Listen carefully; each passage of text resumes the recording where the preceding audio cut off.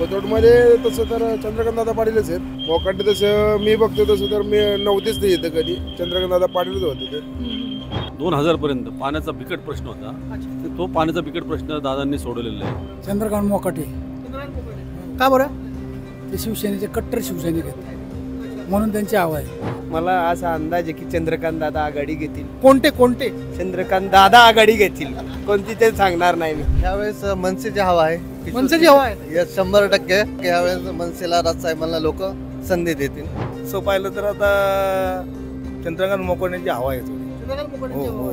शेवटी चंद्रकांत दादा आहे. बीजेपी युतीमध्ये महाराष्ट्रात 2 नंबरचं नाव आहे आणि संप्रदायामध्ये त्यांचं काम आहे.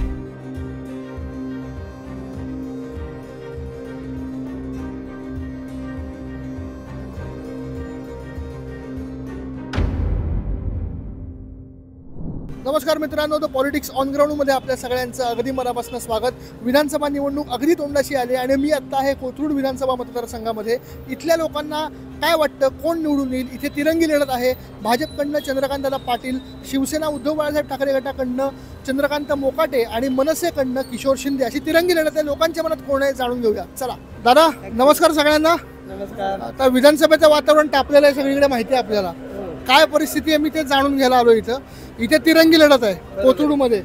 म्हणजे 2 चंद्रकांत विरुद्ध 1 किशोर शिंदे. बरोबर. तर काय हवा कोणाची आहे इकडे? हवा तशी अजून सांगता यायची नाही. शेवटच्या टप्प्यात मला असा अंदाज आहे की चंद्रकांत दादा आघाडी घेतील. कोणते चंद्रकांत दादा आघाडी घेतील. कोणती ते सांगणार नाही मी. दादा, तुम्हाला काय वाटतं?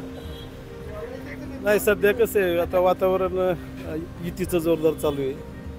चंद्रकांत दादाचं सक्रिय असल्यामुळं लोकांना तीर्थक्षेत्र जे समस्या आहेत वार्डमध्ये प्रभागात खूप त्यांनी बऱ्यापैकी कामं केलेली आहेत आणि सर्वसामान्याला वाटतं की दादाकडे जायला काय हरकत नाही. कुठलाही तो मनात संकोच धरत नाही आणि डायरेक्ट दादापर्यंत जाण्याचा प्रयत्न करतो आणि दादांच्या कानावर समस्या सांगितल्या तर तिचं निवारण केलं जातं. मला सांगा, आता इथे ते दुसरे चंद्रकांत दादा आहेत, त्यांच्याबद्दल काय मत आहे तुमचं? मोकाट्यांबद्दल. मोकाट्यांचं काय झालं माहिती आहे का, ते 5 वर्षानंतरच डायरेक्ट याला आले, इलेक्शनच्या डायरेक्ट ह्यालाच आले. मध्ये ते सक्रिय राजकारणात नव्हते, त्याच्यामुळे जरा त्यांचं थोडंसं हे प्रभाव कमी आहे. पण आहे स्पष्ट होते एकदम. त्यांचंही सांगता येत नाही म्हणजे अजून तसं काय होईल म्हणून. पण शेवटी चंद्रकांत दादा आहे. बीजेपी युतीमध्ये महाराष्ट्रात 2 नंबरचं नाव आहे कॅबिनेट मंत्री असल्या कारणामुळे आणि संप्रदायामध्ये त्यांचं काम आहे. संप्रदायामध्ये वारकऱ्याला जे ज्या गरजेच्या सुविधा आहेत त्या बऱ्यापैकी त्यांनी दिलेल्या आहेत. त्यामुळे मतदार त्यांच्या पाठीमागं आहेच. काका, तुम्हाला काय वाटतं, कोणाची हवा आहे इकडे? मला हवा म्हणजे कसं आहे, आता मी कोथरूडला राहिले आहे, इकडे पण राहतो. पण मी 2005ला घर घेतलं होतं. 2005पासनं पाण्याचा बिकट प्रश्न होता. तो पाण्याचा बिकट प्रश्न दादांनी सोडवलेला आहे. आता पाणी आम्हाला 24 तास मिळतं आहे. रस्ते व्यवस्थित आहे. दादांनी जे काम केलं ते म्हणजे दिसण्यासारखं आहे. जाणवते काम जाणवलं. मग ते वारकरी संप्रदायाचं असो, सोशल वर्क असो, पाणी असो, वीज असो, सगळी कामं आता नजरेत भरण्यासारखी आहे आणि ते केलीत त्यांनी. कोथरूडमध्ये तसं तर चंद्रकांतदादा पाटीलच आहेत. पुन्हा संधी देणार इकडे? पुन्हा संधी आता देणार त्यांना ही संधी आपण त्यांना. अच्छा, काय संधी द्याल त्यांना? काय विकास कामं काय केले तिकडे? विकास त्यांनी म्हणजे केले बऱ्यापैकी. त्यांनी थोडंसं रिक्षावाल्यांसाठी त्यांनी वगैरे केलं.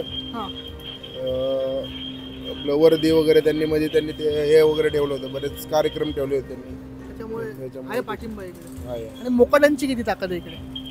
मोकाटे तसं मी बघतो तसं तर मी नव्हतेच ते येतं कधी. चंद्रकांतदादा पाटीलच होते ते. आणि मनसेची ताकद किशोर शिंदे पण आहेत, मागच्या वेळी पण उभे राहिले होते ते. किशोर मनसेचे नाही तेवढे येते. इथं वार भाजपचं आहे. पण चंद्रकांतदादा पाटील पुन्हा येणार का असं वाटतं? कारण अमोलदादाने चांगली कामं केलेली आहेत. कारण अमोलदादाच्या पाठीमागे जी जनता आहे ती चंद्रकांत पाटलाच्या मागे राहणार. चंद्रकांत मोकाटे. का बरं? ते शिवसेनेचे कट्टर शिवसैनिक आहेत म्हणून त्यांची हवा आहे. काय परिस्थिती आहे, कोणाचा वार आहे? चंद्रकांत दादा पाटील. पुन्हा संधी देणार कोथरूडवर? हो देणार. का बरं, काय संधी द्याविषयी वाटते? हाय, चांगलं डेव्हलप केलं इथं, रस्ते वगैरे, पाणीचं वगैरे हे ह्यावेळेस मनसेची हवा आहे. मनसेची हवा आहे. या 100% ह्यावेळेस मनसेला राजसाहेबांना लोक संधी देतील. तसं पाहिलं तर आता चंद्रकांत मोकोण्याची हवा आहे थोडी. चंद्रकांत मोकाटेंची हवा आहे. परिस्थिती आता सध्या तर चंद्रकांत दादाचंच वारं जास्ती आहे. कोणते चंद्रकांत दादा? चंद्रकांत पाटील आपले. चंद्रकांत पाटील. हा, पण आता सध्या तर आम्हाला वाटत नाही तसं, कारण जनतेवर हे आहे की जो विकास करेल त्यालाच मतदान मिळेल. अच्छा, मग केलाय का चंद्रकांत दादांनी विकास?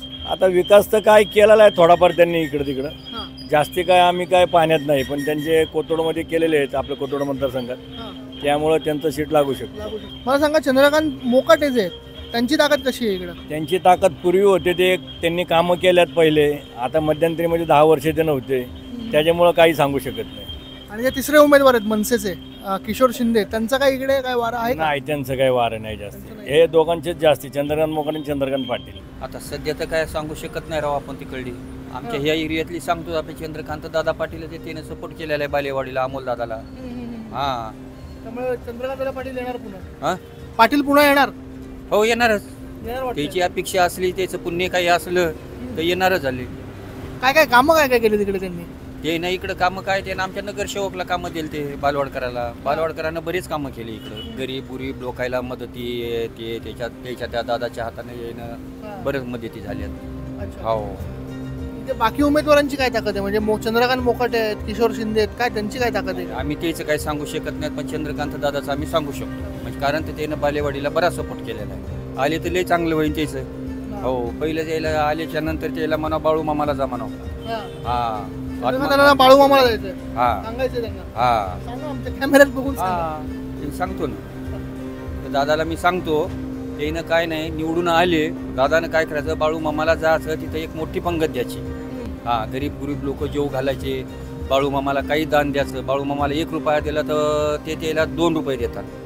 हा, हे माझी अपेक्षा एवढी. धन्यवाद. बाळू मामाच्या नावानं चांगले.